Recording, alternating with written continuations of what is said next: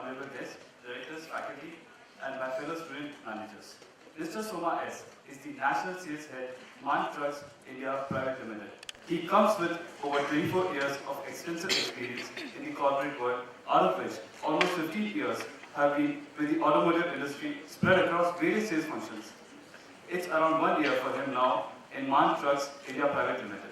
Some of the other organizations which have enjoyed the benefit of his associations are Daimler India Commercial Vehicles Private Limited, Tata International DLT Private Limited, Bajaj Auto, Ashok Leyland, Eicher Motors, Volvo India Limited, a veritable who's who of automotive pedigree. He is an alumnus of Birla Institute of Technology and Science, Tirunelveli, from where he did his MS. He completed his PE from the University of Madras. And now, Sir is here to enlighten us with his great words of wisdom. Sir, this podium is all yours.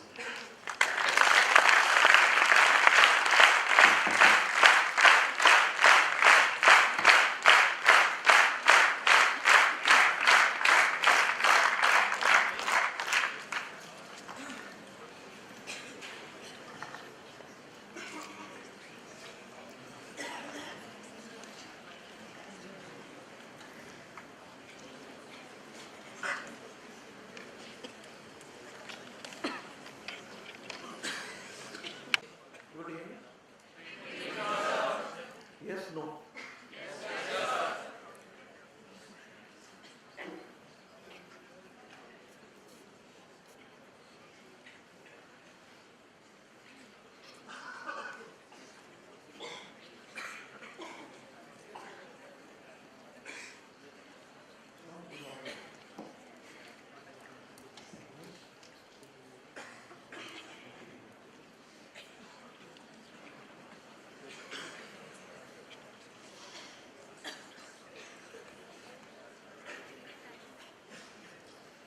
Good evening.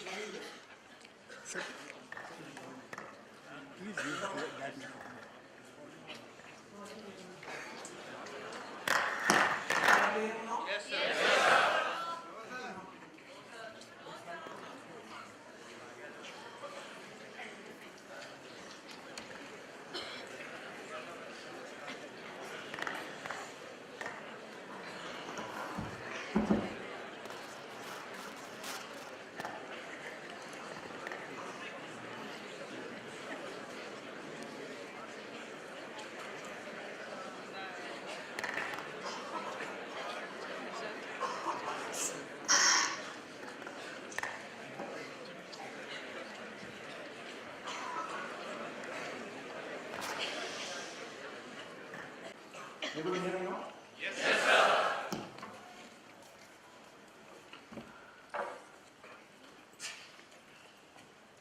Good evening. It's very tough to hear so many voices from here. So I think you don't need to call me sir. One. First. Second is thanks to Dr. Lingan and Dr. Professor Kadam and Professor Ignish for giving me this opportunity. Very tough for you and me to handle an evening session according to me. Maybe you're used to it now. Is it echoing a lot or is it fine? You have to listen to me for next 1 hour at least. Okay. And the tougher challenge for me is that you are from different streams. I'm too good in sales and marketing, that's what everybody believes. So it's going to be tough for me. So you need to back me when I go more general, which is not my forte. Okay. But I'm sure I'll try to share some of the things which we have learned over a period of time, and some of the things probably which we expect from young managers like you, student managers like you, to come into, when they come into this stream. I kept it as something like learning starts now. Now it's anything we are going to talk general about learning, anything we talk about teaching, anything we talk about innovation, I'm at a tough time where we have to remember the great man who went away from us 3 days back. So it's natural you will correlate it. It becomes very embarrassing when somebody introduces me, because you find someone with 40 universities conferring the doctorate, and then you come and say that this person has done something which is very different. So it's very embarrassing, obviously, to listen to this when you sit on the stage and listen to that. Now let's come to something which I feel that which is very critical as we go along, is going to be the learning. I'm sure that many of you are with the basic premise that I don't know, all of you come with a career in your mind as a dream when you get into a management institute. And now, more than getting into a particular career, beginning of a career, the challenge comes in that how will you adapt completely different to a practical learning from a sort of a theoretical learning. So all along you will realize that when we say, many of us come and say that you have to keep learning, you have to keep learning. Actually you realize it after 10 years of career only, that what they said is true, but by the time you have lost 10 years. Because you always realize that everybody keeps telling you something like, do this, do that. So you already listened to it for 24, 25 years and you don't want to listen to it again when you get into a company. So you always believe that you are up to something which you can do it very easily. What happens? Someone with around maybe much more experience than you sits there and he thinks that you can do what he was been doing, learning for last 4 or 5 years, and then you suddenly start, he expects that you will also do the same thing very fast. Right? That's why the challenge starts coming in. What I have realized over a period of time is, one critical thing which we all do, irrespective of whether we are in sales, marketing or any other function of service-oriented industry also, is we actually manage only perceptions of the people whom you are in touch with or whom you may face in the future. So the biggest challenge which we face is, how do we manage this perception? According to me, in sales and marketing, if you go one step closer to my own field, 100% of our job is in sales and is on managing perceptions. Whatever you think about what the particular service or product can do, either I manage that, enhance that, or control that. This is the reality. It could be my customer, it could be my channel partner, it could be the person who is producing the product for me to sell in the market. I need to manage the perceptions of all these people if I have to do that. Unfortunate fact is that what you perceive is reality for you. It's a very important thought process, because we assume that we go with the presumption that this is what you are assuming the other person is understanding about you or your product, whereas when you go there, he will have a completely different opinion. You cannot say that he is wrong. It could relate to your own personal life, it could relate to the business which you are going to do. It could be, in fact, it becomes more relevant when you become an entrepreneur in life. It becomes very relevant when you become an entrepreneur in life, because you cannot assume what is his perception is and start believing that the business is going to happen. The perception is very much linked to reality. For the other side, it is reality. So what becomes essential is that how do we manage each one of this? Now you have to manage, you have to control, you have to change. Many times you need to bring down the perception, expectations. Many times you may have to change the perceptions. So it needs a lot of understanding of anyone. Today, let us say that, for example, between your own colleagues today in terms of friends, I think in the first 1.5 months, what is the perception you have built with that person is going to remain with him for next 2 years. Whether you like it or not, it is going to take a lot of effort from your side to prove that no, you are not looked into me correctly, you have to see me differently. Right? So perception becoming reality becomes critical more because you get, typically people say it is 90 seconds of interaction which happens with the person which decides what I perceive about you. The first 90 seconds normally determines, this is psychological, this could be 90 seconds is only to say that you get a short time window to present yourself and communicate yourself and understand the other person on what way he has to look into it. All the 5 sensory organs actually come into picture. Sometimes when we come down and then when we sit, when you sit in front of a customer, when you meet a customer, the first impression which you create, when you go and sit in front of, for example, you get into a interview, let's say at the end of this course, and then you sit in front of them. I judge a person whether you like it or not in the first few minutes of interaction. After that, you can only modify or work on that perception for the next 10-20 minutes of your time to build it or destroy it. So perception is something which is reality. Now understanding that perception also, many people don't give you the chance. This is also a problem. It is very difficult many times when you sit in front of someone, after 20 minutes also you don't know what he is perceiving about you. So working on the perception seems to be the biggest challenge which we have been facing. When it comes to reality, in terms of business, many times we feel that customer is very positive with you. He is going to conclude the deal with you, but then he perceives that you doesn't look like a trustworthy person. So I don't want to tell you get out of this place, but at the same time I don't comment anything. You assume that he has not commented anything, so you are safe. You walk out of the place. Next day he gives the deal to someone else. This is a very common thing which happens if we are not understood the perception and then manage the perception. Now I will relate everything to sales, whether you can relate it or not, I don't know. But I'll relate it because sales is something which, when it comes to real business, I sell a product or a service. But I strongly believe that irrespective of the function which you are going to be present, you are forced to do every topic which I am going to touch. I can assure you that you will be forced to do one of this at any cost, irrespective of the function. So particularly when it comes to sales, it becomes extremely critical that this perception building and managing of the perception becomes very critical. I'll give you, we are all talking about branding. We talk about branding and then we say that how branding influences the purchase decision, right?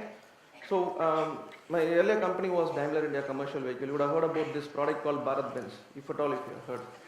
Because this is a truck industry. This is a part of the same Mercedes-Benz company group. So when you bring a vehicle to trucks to India, you wanted them to connect saying that it is related to Benz, right? So one of the best moves to make is that say that this vehicle is made in India, so it was branded aptly as Bharat Benz, so that people connect Benz to India. Till this point it is okay. But then what happens, the moment you brand yourself as Bharat Benz, then you have placed yourself at par with the Benz brand perception which the customer has. You like it or not, he assumes that you will be at a similar level of what this Mercedes-Benz is. You can say that no, it is an Indian product, it is 30% cheaper, it is 40% cheaper, you need to give weightage to that. All these things are fine on paper. When it comes to his expectations, he will always think that I should not have any problem in this vehicle for lifelong. That's the perception. So the challenge for us was to bring the perception down for a change, to say that this is what you can expect out of this. So sometimes it's not, perception is always not building the expectations up. Sometimes the perception management is holding the expectation to the level. So many times I feel that people will try to project themselves very well, right? So they create a good perception initially, but then as you go along and then work with them for 10-15 days, interact with them for 10-15 days, you realize that it is not so what he has created. The disappointment is much more than what it is. it becomes important that you build the perception which you can hold for long. Don't build a perception which doesn't hold you for long. Second thing is, I know many of you will immediately start looking into networking. Means today is a favorite subject in this country in terms of the development which has gone through in technology, where we go into easy networking. The biggest challenge everybody tells us here is that you have enough information with you, which information you want to digest. I think this is where the question repeatedly comes. I have loads of information with us, how do I digest it? So the fundamental thing what I would feel here is that beyond the social networking which you do with your friends, I think you need to move away from it in terms of spending at least some time where you can get something out of the other side of this in an interaction. I'm not sure how many of you are really having a close interaction either in WhatsApp or in Facebook or in, I don't know, in things where you get a value addition in terms of your learning process. It becomes very convenient for us to get into something which is easy for us to manage rather than trying to get out of it. Because someone can, I always say that many of us in those days, today we have quite a bit of opportunity to understand what are all the options available. Of course, there's too many, so we get confused. Many of our, my friends have missed out on some of the opportunity to get into best of the institutes because they never knew how to go about applying for those institutes. Those were the days which I'm talking about. So they didn't even know that if you have to apply for this institute, you need to do these things correctly. People have not got admission in institutes 25 years back because they made a mistake in not applying to the right course which they want.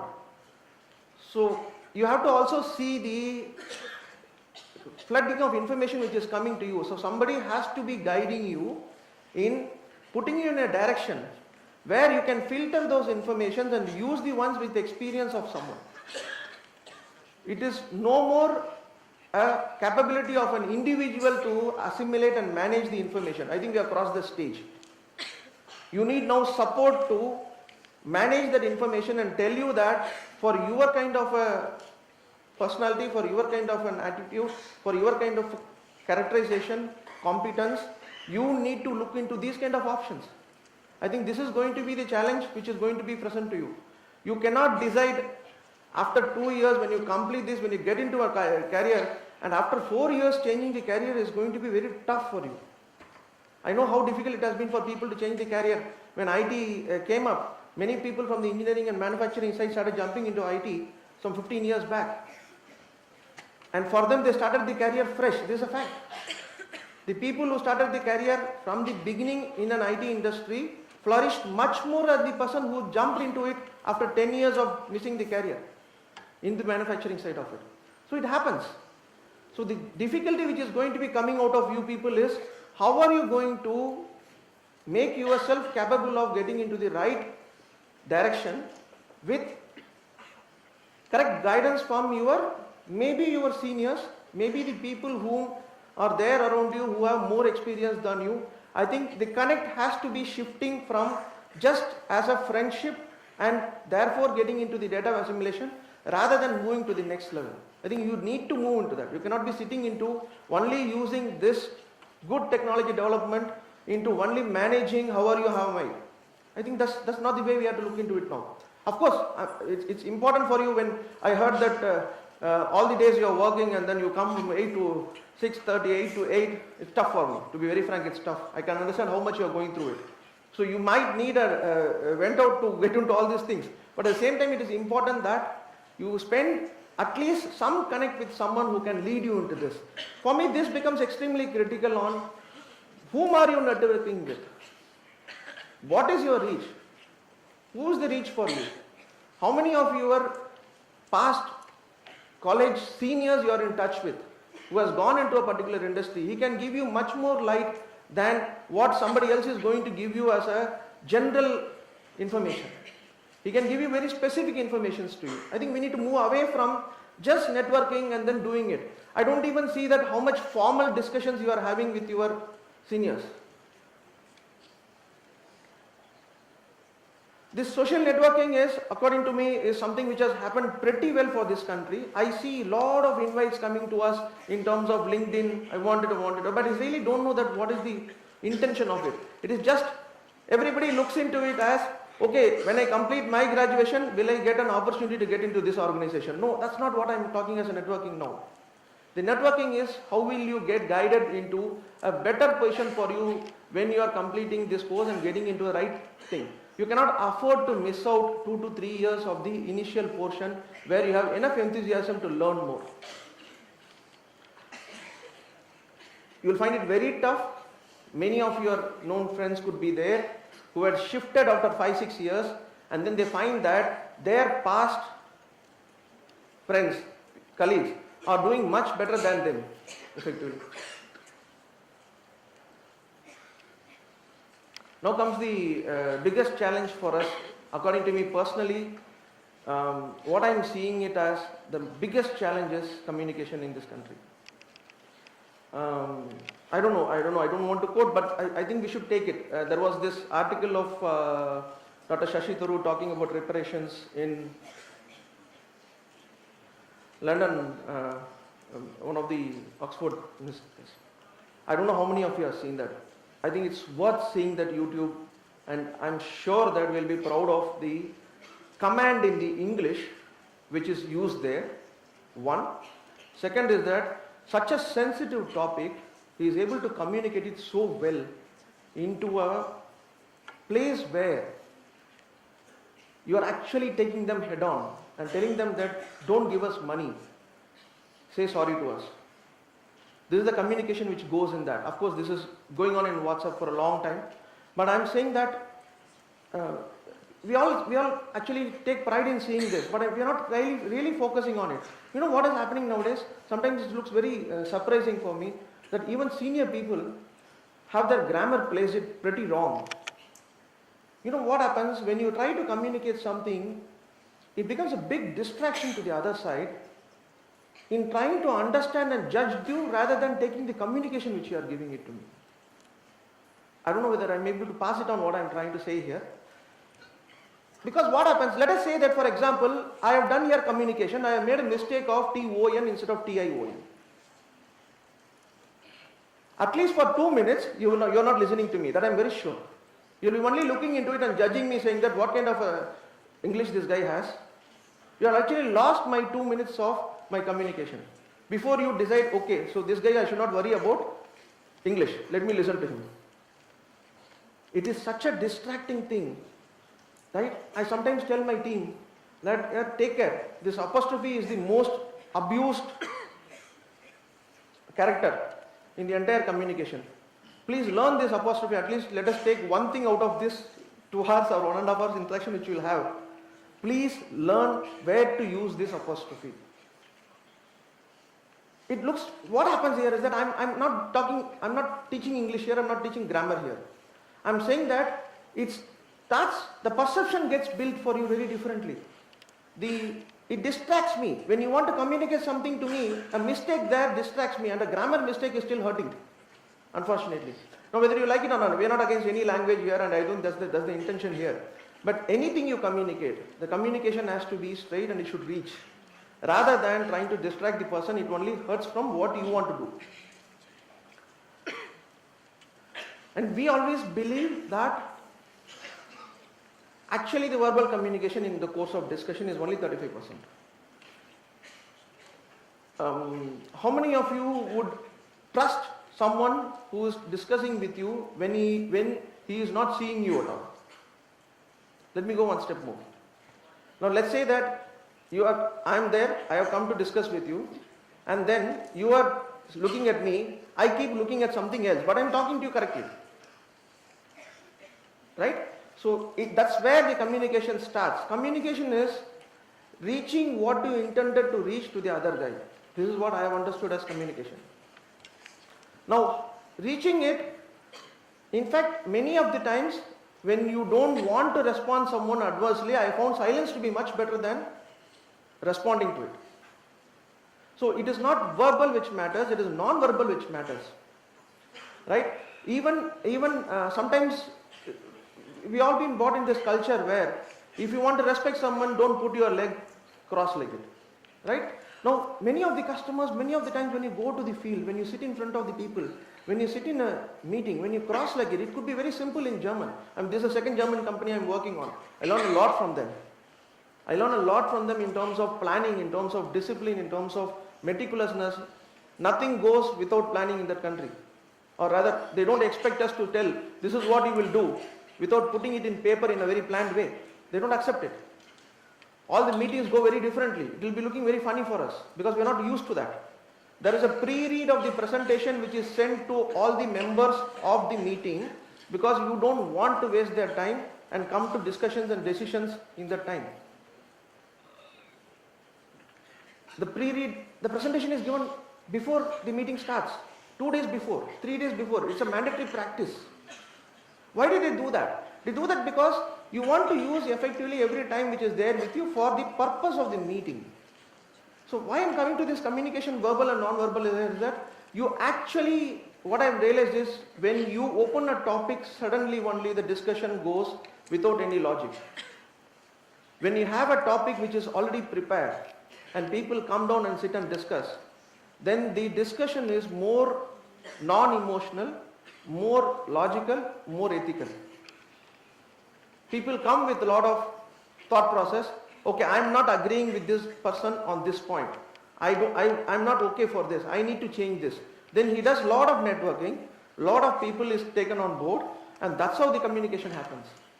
So communication for me first is, language is the most irritating thing actually in the communication. I will not say that it is doing it is irritating. It spoils me. One mistake makes a lot of disturbance to us. And never make a mistake of spelling someone's name. These are all things which people are told many times. I am only putting across to you where it has hurt me. Right? It is very critical, it is happening. If you don't know it, better ask for it. Nobody is going to question that, what is your spelling of the name? It's very common for us because many of the German names we don't understand. It's very difficult for us to spell. And we have a practice of asking them, how do I call you? And if I am not able to understand how to call him, I repeatedly ask him that, can you just tell that because I am not able to spell it. It's very common. And they don't take it wrong. Right? Of course, when you get into German companies, you learn much more ethics. Discipline is phenomenally high. What our grandfathers taught us, these days are adopting it. Something surprising. I've never seen a meeting starting a second after the time which is mentioned. I've never seen, heard of it also. If you have to start the meeting at 9, it is not 8:45 people are present at 8:55. You can take it granted there is not even a single German meeting which has gone out of time. And if you have to maintain the timing which is there, then this period helps a lot. Because you go there to discuss on, not to present a case. You go there to find solution to a problem. Or you want to, if you want to share, you don't need a meeting. You need to only share the presentation with someone. Right? So for me, I strongly realize that this way in which you sit, the way in which you address something, the way in which people are looking into it, it makes a lot of difference. In a meeting, we can clearly see that if 8 people are sitting, which 4 is interested in you, which 4 is not interested in you, just in the seating posture. Now you can say that it's too much on you to describe me like this, a person who is sitting in front of you, but I'm a human being. I perceive what I listen. When the perception, again I come back to everything as, believe me, the whole work life and the time which you spend, not only in office but also in personal, you are managing the perceptions. Perceptions can be managed, as I told you, one is by making yourself networking pretty well, communicate about yourself. Second is that you get into the communication. The third biggest challenge which comes to us is what I have been telling you about, this discipline. Now, very fortunate thing in this country is that we have lost discipline. Okay. Looks very convenient now not to be disciplined because everybody is indisciplined. Now, we also have this one funny thing of saying that if the meeting is supposed to be at 6:30, we can always start 7:30 Indian time. This is a very common thing, right? I'll tell you a very simple example. Of course, we sell trucks. So I meet transporters. So most of the transporters are all grown up from having just owning one vehicle. Many of them have been drivers and cleaners who have grown up. So just imagine that everybody need not be in a standard of very high standards of education as well as in terms of the things. But believe me, this German companies have taught us what discipline can do for you. When we go and say that we are from Benz, for example, Benz, or today in the ManTrucks, so the customer believes that you are from a professional organization, you sell much better products. So the discussion which happens on products is very less. But when you tell the customer that we'll be there at 10 o'clock, he as usual takes that no problem, come. For him, meeting at 10 o'clock is also okay, 11:30 is also okay, there's no difference. Go at 10 o'clock, sit there at 10. 11:30 he comes. Hey, when did you come? We say that you came at 10 o'clock. Oh, okay, come, sit there, right? Next time when you go to him, you tell him that I am coming at 10 o'clock, he will tell you, no, I am going to come at 11, you come at 11. Believe me, that customer believes now you will come on time, whether you come on time or not. Now, how much it influences, I am telling you, perception is built from that point. What this guy tells me is correct. This is where the perception starts building. So if I go and tell him, this is what I am doing, he will have lesser doubts on what you are saying. I am not saying that he will believe you completely. End of the day, the product or the service which you deliver has to match his expectations. I am not getting away from that. But then, if you have to convince him, if you have to make him believe that you are from this place, it starts from there. It starts from the what kind of a dressing you go to that. It starts from what kind of a shoes you wear. You can say that the other competitor person is coming in jeans with a t-shirt and he still sells. That's fine. But if you have to create a perception and a projection in front of the customer, you need to go this way. I'm not talking about ties and suits being there in the... I cannot go with a tie and suit to a transport industry today and sit in front of a customer and close a deal. I can assure you on that. He will say that you are too big for me to handle. I'm not coming to that. But the kind of dress sense which you have also matters. This uniqueness, for me now what is looking like is that, so when you are disciplined, it looks like you are going to be unique now. Nice situation to be in. Now it looks like when you are disciplined, you are now special. You learn from him, how he comes. So in those days, in 40 years back, if you are not disciplined, you are an exception. Today, now discipline seems to be a uniqueness. Good for us. And this is a very easy thing to adapt. I'm sure that you get up at 5 o'clock in the morning, maybe many of you will start doing it if you get into manufacturing industry, right? Or now IT is also becoming tougher on that. Plant will be at 6, starts at 7:30. You need to get into the bus at 6 o'clock. Right? Today, many of the IT people feel bad about it, but for years together, manufacturing industry is doing this. Right? Years together. I'm talking that plant used to start at 8 o'clock. People travel for what? Today you have buses. 30 years back, they used to take the train. My uncle used to start at 4:30 in the morning to get into the plant at 7:30. Right? Now, we used to even say that possibly he takes bath at the factory, is it? So it is a kind of a, so what happens there, the discipline is completely different. So people were coming, discipline was very normal. Today the discipline seems to be away from our hands. So if you are disciplined, oh, this guy is unique, this guy is good. So for me it looks like discipline becomes very critical in terms of standing out. Trust me, do this. I wish the whole country changes, but it will take a lot of time. So I think at least your generation will go through with this benefit of being disciplined. This much I am very confident now. Right? The discipline is not just by being on time, the way you take your job seriously, the way you go seriously into that. My mobile phone is there. Mobile phone is not there with me. It's very simple for me to keep it in silent mode and keep it here. It keeps giving noise. It disturbs my intention of the presentation today. It's as simple as that. Discipline starts from that point. How much you are serious in communicating what you want to communicate is what I call it as discipline. The fourth one is is a very interesting one, is suddenly I go into something called as purpose. Because the purpose suddenly seems to be only career for us.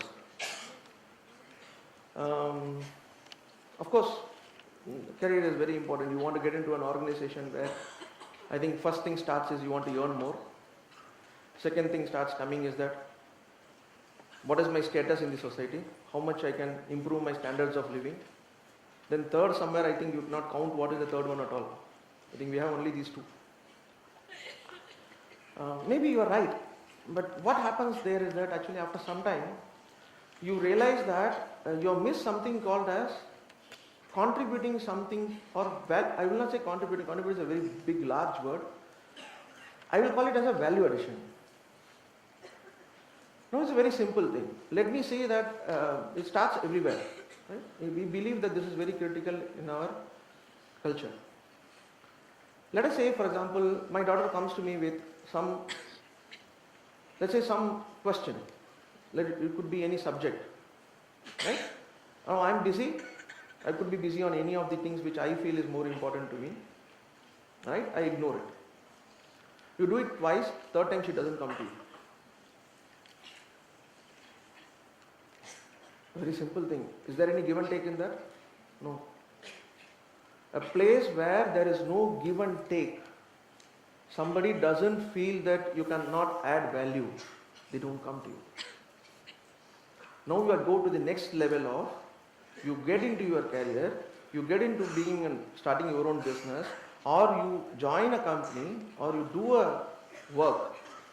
There is a lot of give and take. In a situation where give and take was not coming in, value addition becomes so important. So what happens to you when there is a lot of give and take, you don't do the value addition, becomes extremely tough. The purpose becomes, as we go along, for me is only one thing. In every interaction, what is the value addition you give to the other side? It could be as simple as improving his thought process by one bit. I don't even know what it is. Now what happens there, you cannot do a value addition to someone till you know that what they want. So the purpose actually gets into understanding what the other person is looking out of you. Whether you like it or not, I know I'm very good in my subject, and then you put me across into sales and marketing and all, I can do pretty bit of work. Right? But what I'm talking to you is more of a general topic, of course related to more of what I do as sales and marketing. My mind works a lot in the last 2 days. It looks simple. It looks like I can just come walk here, talk whatever you want and go. My mind works a lot. I know that there is someone around 800 to 900 minds are going to spend 1 hour listening to me. Forced listening, passive listening, active listening is not the point. There is some 800 to 900 minds are going to spend their 1 hour with me. I need to see that what little bit of value addition I can do to you. Let me say that I have spoken all crap. Could be, I don't know, because it's your perception. Right? Let me say that, then you will say that, yeah, okay, fine. This guy has a lot of experience, that's it, but he didn't add a bit value also to me, effectively. Right? Of course, it's very tough to do a topic like this, and that too to management students, because if you leave me to a general public of school students, then I can play with them. Because the give and take is nothing. I'm not trying to push something on their minds. It's just enjoying the presentation, being there. Maybe the learning is much more better. But you become more organized, then you are also more disciplined in terms of understanding what is being told rather than relating it to what is going to be your life and the career. So what I feel is that you need to start one practice very fast in your life, which is keeping a simple notepad. Very simple notepad. Right. That notepad, you don't need to write too many things, at least note down what is that which you have to reflect it later. Looks like suddenly this guy has gone more, as usual, like any management guy who's talking all gyan to me, etc., etc. I can assure you of one thing. If you can note down the 5 headings which I told you, and you don't find this, it is coming and hitting you back within the first 1 year of your career, then you can start realizing that this guy has given me a crap. You will find all the 5 issues which I told you, which I will consolidate it as I go along, but then you will find all these things. So for me, the first thing which has to come, your talent is of no use. I can assure you on this, your talent is of no use if it doesn't join in helping someone else in doing, or what I call it as value addition. You can be rest assured on this, you can be the best guy in this world in terms of doing something extremely good. It doesn't help you. It doesn't help you at all. What is important is that I'm not going too much into social awareness, responsibility of giving back to these. Oh, that's far off for you. I don't think you need to get into that. Until otherwise your needs are satisfied, you cannot think about how will you help others. It's not easy. It's not easy. So I understand that point. But the basic concept of helping someone else to do their work better, helping someone else to improve their business, helping someone else to make their life better, which is the only thing which you will do in any of the work which you can do, you can reflect it as you go along. Second is, this is becoming more important once you start gaining your experience in terms of ensuring that somebody is in trouble, right? How do we ensure that he doesn't fail? What we call it as, sometimes jargon called teamwork, right? We are very, very simple, straightforward human minds. You help me, I help you. Let us come to reality. You cannot suddenly say that I will not help you when you are in trouble, but you should help me when I am in trouble. Doesn't work. And as we go along, now it becomes essential because the communication media is so good. You can communicate one person to another person so fast. So you need someone else to handle your problem in your absence. It's very common. Absolutely normal nowadays. So helping, you have to start doing this. It has to start from now. The style of working could be different for everyone. The way you approach things could be different for everyone. But what do you do at the end of the day will matter on how much you have managed people helping you do that. So I will say the power of purpose in the marketing language is driving the consumer preference. This is what I have understood as the way of doing business. It is not necessary that every product and every service will meet everyone in this industry. It is not necessary. It becomes more critical that you find your target customer, therefore spend your effective time in do that. I am more interested in saying that how will you make your life better by using this communication. I don't know how much time is spent on using this communication technology which is there today to identify your target audience. That's where the challenge is coming nowadays. I don't know who is my buyer, and today in a situation where, let us say that for example you sell a cell phone. Now you don't know whoever is walking in is going to buy. Over a period of time you start judging the person's questions on what are all the questions he is asking me, and therefore this guy has a relatively good chance of buying a phone today. Or what you do is that I need to see this phone in his mind today so that when he does the next purchase he is with me. But if your job is only to explain what you are doing and you continuously keep explaining, you never know who is your target guy, where you are spending your time, how much you will spend your time. So it is going to be applicable to anything which you do in terms of whether it's being in a service industry or a product oriented industry. Second one is more into the higher end of it. If somebody can really do this very nicely, and you are self-satisfied with your needs, please earmark these two. Once you have done these two, then the second purpose starts coming in, right? Now I am not going to delve on this, it's too early to delve on this with this team here. But my reading here is that, why am I doing this today to you? I could have simply said that, boss, I'm not interested. Just leave me. Saturday, right? So it's a nice weekend for me. I don't want to spend this time here. Why to waste this time? I may not see any one of you again in my life also. I could have simply... So sometimes you realize that this is something which I feel that we need to give it back to the society. There are different ways of giving it back. One of the ways of giving it back is that share your experiences, share your learnings. I'm sure, you know what we used to do. I'll again take this example of having some customer meet. You will have some 100, 150 customers coming. And then normally when I get a chance, when you have some 100 customers in a place, I use it fully to take all the time out of me to communicate about our business and product. Of course, that's the job. So after some 40, 45 minutes when I close it, my colleagues will come and tell me, they said 4 of them were sleeping. It's a very common thing, right? 4 of them were sleeping. I said that I'm absolutely fine here. It is not meant for the people who are supposed to sleep. My discussion is only for those 10 people who are come to interested in understanding my business. I cannot identify that 10 and bring him here.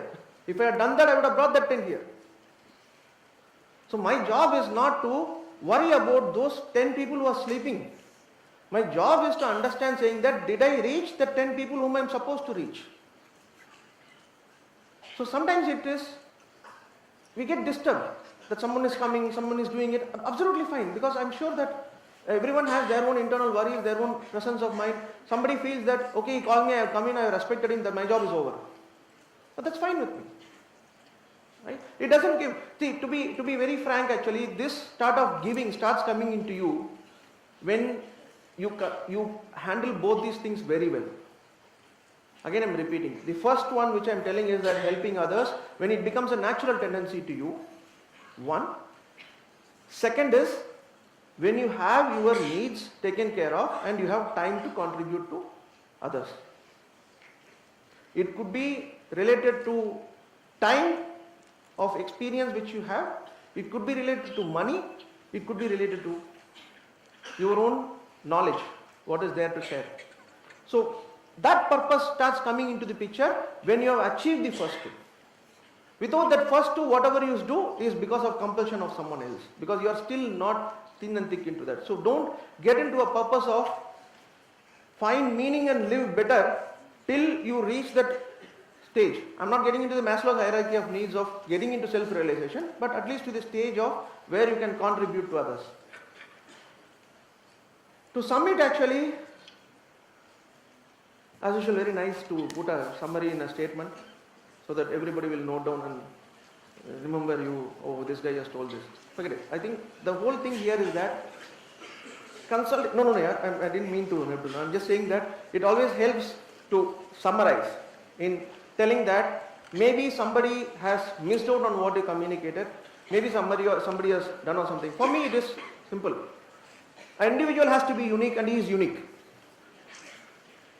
Now, a uniqueness, if somebody has to observe, if you have to reach the level of observing that uniqueness, you need to attract him or her. How will you attract him or her? Is by the way you present yourself, you communicate yourself, and you are able to add value to the others.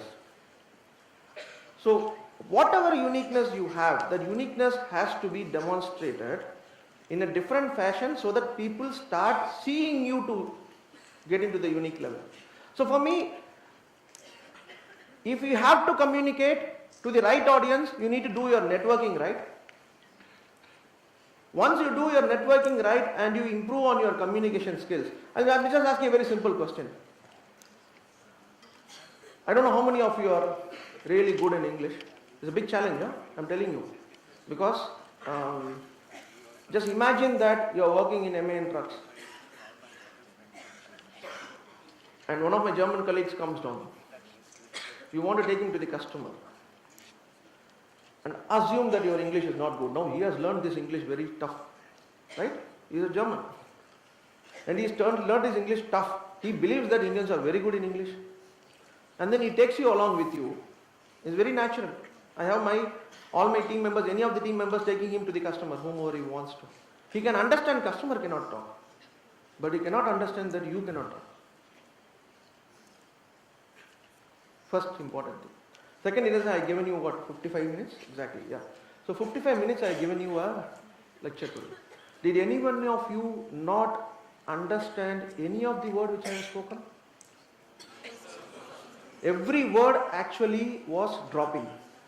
There is no mix match of words. I am able to punctuate. I am stopping at the right places. Right?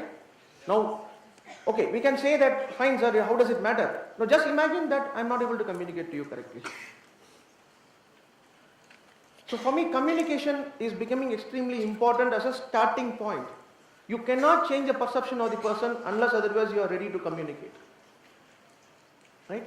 And therefore what we do is that we manage perceptions, add values. And your purpose is done. This is what I see as a round circle which we live for. Now the purpose need not be related to your career.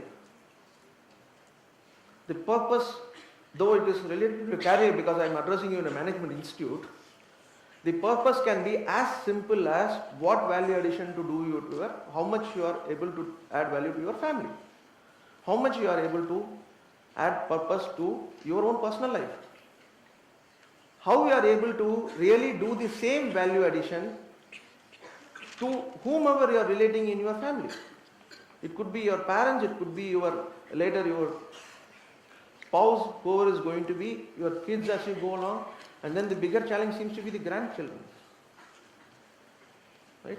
Sometimes you see that, I still remember the case where my father wanted to take a Samsung tab. In fact, my family is also here. I said that, what will you do with that? No, he is a fan of that Samsung tab. He is not able to live without that. Sometimes we underestimate saying that, oh, it's difficult for them to communicate. They are able to communicate much better than us into the next generational level. We are going to find it very difficult. We are going to be very difficult because we live with present. We are not able to understand how do I mix up on what is around me and how do I take the challenge of others. So this is something which I feel is the basic perfect way of managing the things. In a career, in a business, in professional life, I think these 3-4 points will become extremely relevant. Right? This is where we find many people lack in terms of when I sit across, when they come into the system, the first thing which misses out is the passion to do, passion to work. You need to find what is your strength. You need to find what is your competency. You need to link that strength and competency to the business or the work which you do. That's your choice. You cannot say that I don't like it. Why did I come into this place? I'm sorry, somebody is paying you for that. You have to either adapt to it or find a better way of working. There is no way where you can say that those days are gone. Why do we see that so many benching happening in the IT industry? It is because people don't adapt to the changes which is happening. That's it, simple. One line, you can ask anyone in the IT industry. Because that's much faster developing. In sales, what happens? It becomes extremely critical that how am I using my experiences to handle a particular case? How do I use it? How do you present yourself? What is your knowledge? It is not that people, when you find that many of the times the customer calls someone senior in the organization to come and discuss with him to close the deal. You mean say he's talking about price? No, not at all. He believes that that person will tell me how much the value addition can happen to me better than the person who is meeting me because of his experience. If you are thinking they're calling only for negotiation and closing a deal, it's not so. It could be one of the reasons because you get something better when the senior person comes. But the objective is very different.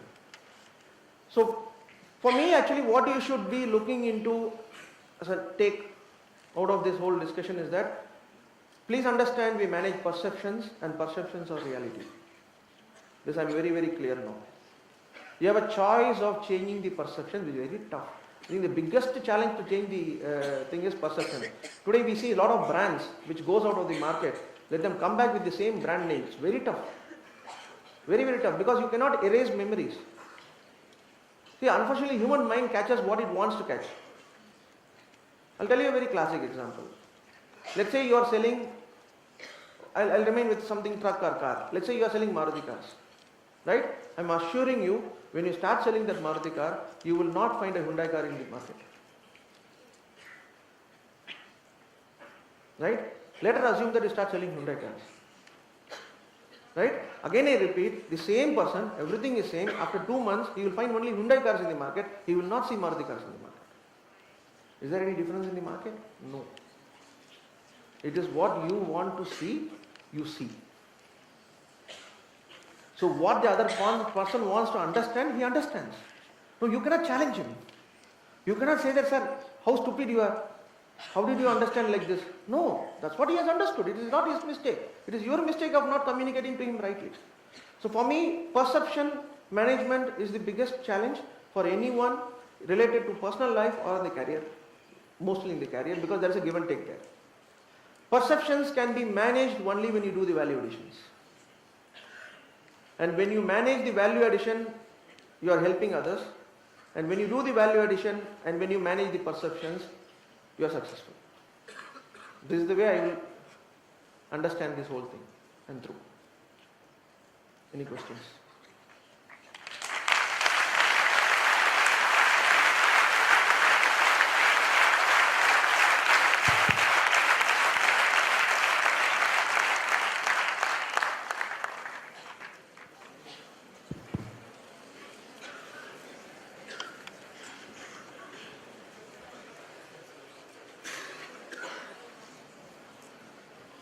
I'm sorry I didn't cover the stage. I felt very bad for this lot. The house is now open for the questions. So anyone interested in asking question to sir, please stand up. Good evening, sir. My name is Sumit Saxena from BR HRD Marketing. And my question to you is, considering verbal communication being 35% of communication, what strategy should one use to sell while on a phone call? Okay, obviously you lose the 65%. So you need to first be aware that your chances are now going down. Right? So this is the, I'm sure non-verbal gives more confidence to the customer than just doing on a phone call. So that is a disadvantage coming to you when you are doing this business, which is first thing is clear. So the strategy has to be that given the limited chance which you have, how are you impressing the other side in the first 2 minutes or 2 sentences, not even 2 minutes? Right? When the chances are so limited, then the 2 sentences decides whether your call is going to be for 15 minutes or only 2 sentences. Believe me, you need to rehearse the 2 sentences. Right? It starts from saying that, good morning, I'm calling from so and so place, can I take 2 minutes out of yours? It starts from there because you are communicating to him, he is not communicating to you. You need to be submissive. You cannot say that I have taken the call, how can you keep it down? We are not in such a polished country where the customers keep on listening to you. I'm sure we are also irritated, right? When somebody calls you and says their city card, credit card. I'm not against any one of them. But I'm only saying that when you start and say that, sir, can I talk to you for 2 minutes? You say yes. You're not even telling that for what you are talking to him. Now he may be in the midst of a meeting and you call him and you tell that now he is against you. Instead of bringing him to you, at a wrong situation you have tried influencing him. So according to me actually the planning, when you have a disadvantage with you, the planning has to be much stronger. The disadvantage here is that you are trying to do something over phone. You know, most of the times when you close it, you say that my executive will come and explain to you. Then why did you call me? You are only now trying to tap some 10 people and say that, yeah, I got you 9 people, go and check. So that's where people get irritated. So for me, non-verbal, when it is there, when you are missing non-verbal, you are missing a major chunk of communication. Definitely you are missing. I am sure about it. So then you have to prepare yourself to handle it. I don't know whether I answered your question, but that's what it is. Good evening, sir. Thank you. Good evening, sir. Yeah. So my question is, what is your strategy for after sales service for customer to invest more in your company? Okay, see, ours is a very, see, we are into truck selling. Now I'll come more closer to it. Car is a luxury. Truck is a business. So truck is not decided saying that, oh, it looks fancy, it looks flashy, it has some noiser in that, it has this in that, it has that in that, you have an airbag in that. No, no, no. It has to run as much as possible without any trouble for him, so that what he wants to transport, he can transport. Simple rule. Right? Sales is nothing, it's only a starting point. After I deliver the vehicle, what happens to that vehicle and to the customer will determine the future of that company in that place. As simple as that. So, after sales is the only business we do. Sales is only to take the product and give it to the customer. Whatever we communicate, it has to deliver.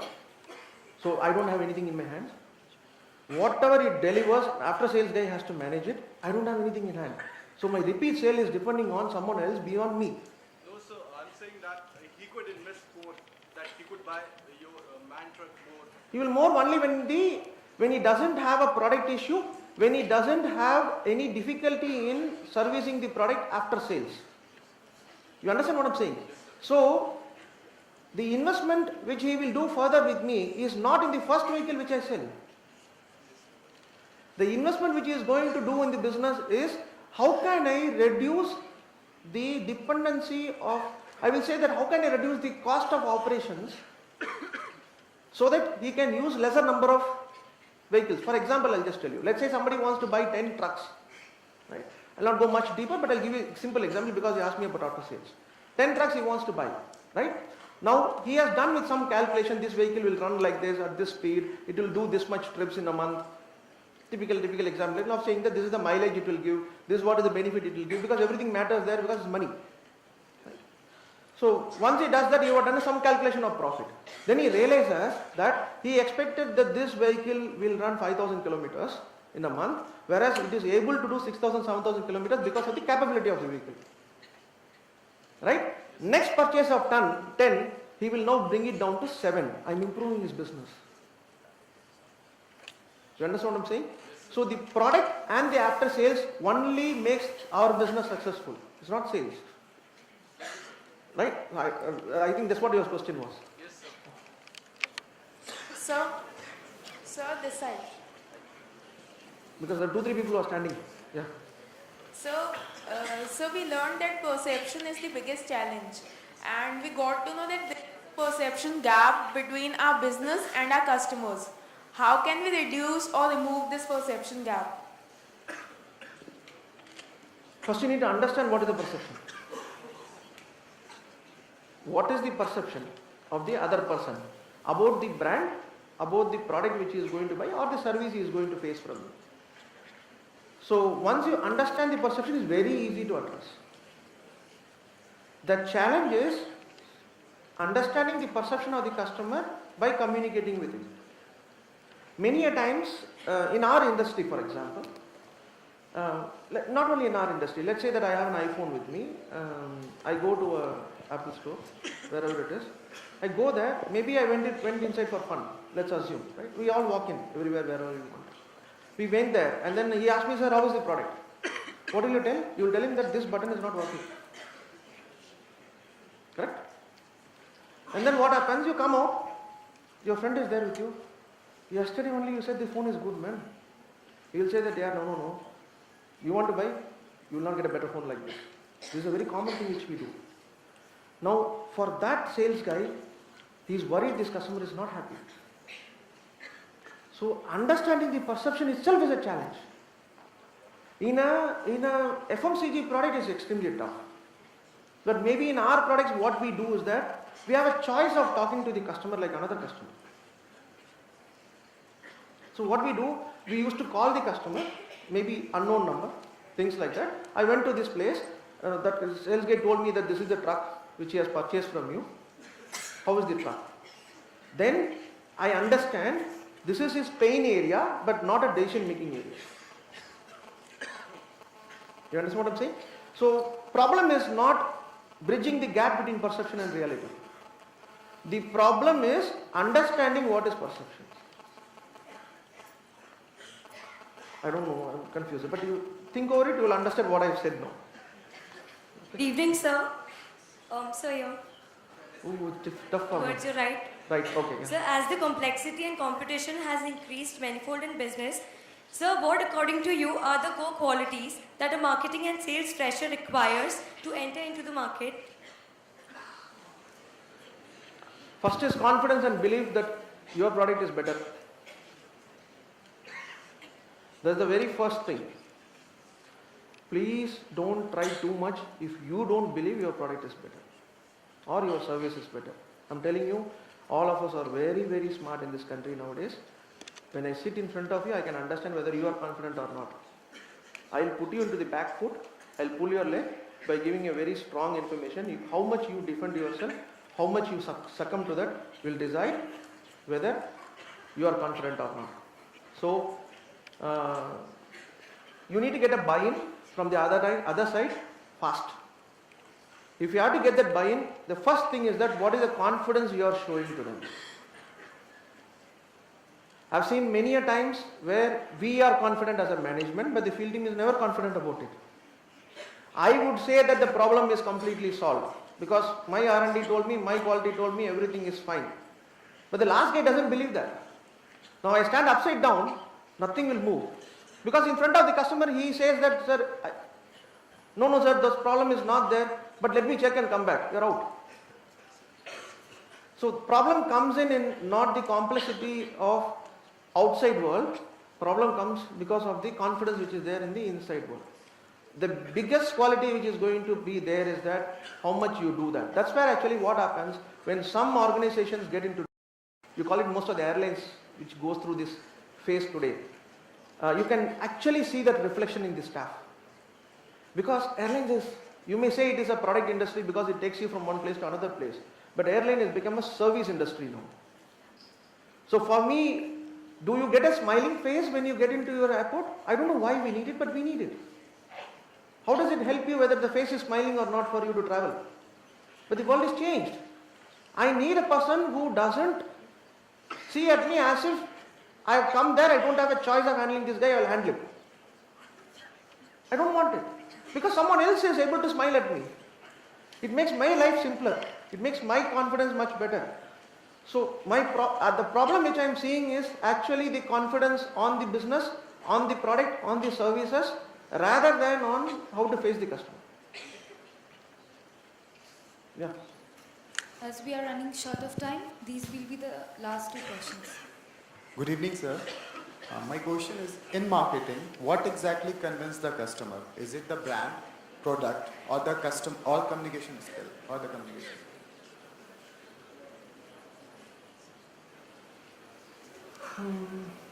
Very tough question, but what I feel is probably is what he is listening from others. You may call it as reference.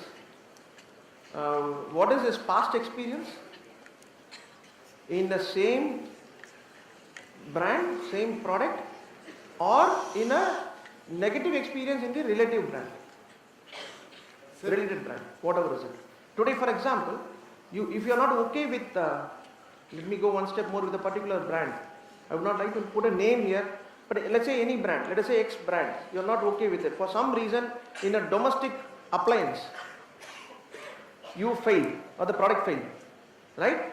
For you, the brand has failed. Now, he will not even relate that where is the domestic appliance problem to an electronic machine which he is using. But then, what is his experience in the past? What is he listening from others? That will determine. Until otherwise, that's what I call as perception. But until otherwise, you are able to turn it upside down. Brand is a double-edged sword according to me. If you start pushing your product only on brand, right, it can take you up straight or it can put you down straight. You cannot get a balance. And problem with that is that in a brand, the expectation level continuously enhances every year. It enhances every year. Sometimes I feel sometimes surprised that, for example, Tata has brought this zest, right? Now, today, you see Maruti today. I'll go into my automobiles. You don't have a choice. You need to listen to my automobile story every time. Let's take, for example, Maruti today. They are launching their new vehicle through suddenly a separate set of showrooms. Right? Why do they need it? The investment which is going on the showroom is, I'm telling you, because all these dealers are known to me, investment is so high. So what I am saying is that my brand perception has been this. Now I am taking the brand perception here and I need to put a hell a lot of investment to change that. It is not easy to just shift the thing and say that now I have got a 25 lakhs car. Please come and buy. You will say Maruti, na? Wait. You understand what I'm saying? So that's where the problem comes in the mindset. So for me, brand is an extremely good tool, but you need to continuously keep on building the deliveries on the perception which will increase, expectation which will increase. Thank you, sir. This will be the last question for today. He is waiting for a long time. Last question, ma'am. Last question. He has one more. Give him a chance also. Good evening, sir. Good evening. Let him finish it. Let her finish it. Yeah. Good evening, sir. So actually I want to know, is there any specific period of time where a market analyst is supposed to have the analysis of market, or it just get carried forward with the company's policy? You are seeing it as a market analyst, as a general market analysis of the market industry, or you are seeing it as a market analyst within the company? So within the company.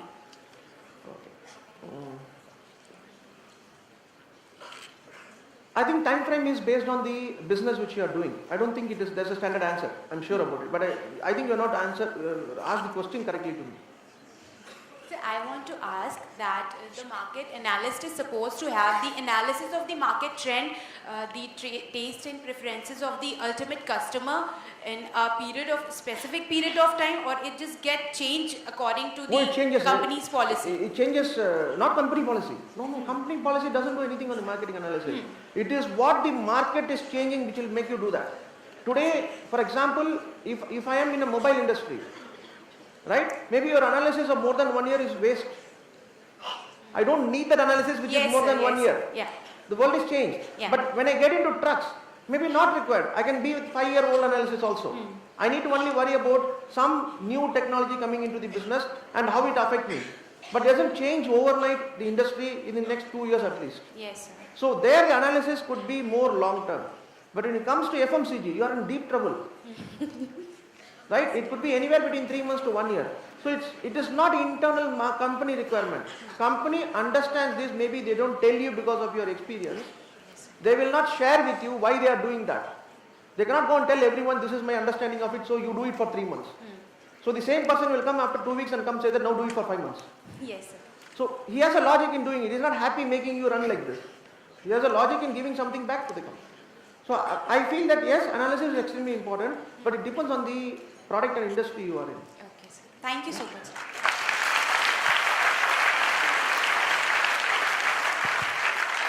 Sir, when you are competing with the market leader like HUL, how can a local brand can go into the market and can sustain their competition? If you are an entrepreneur, if you are introducing a local brand similar to the product of the market leader, how we can penetrate the market and how we can grab some market share? Okay. First thing is that you should be better than the competitor. Product has to be better than what HUL gives. For example, right? Already he is expecting you are going to be inferior. Right? You cannot go with an inferior product.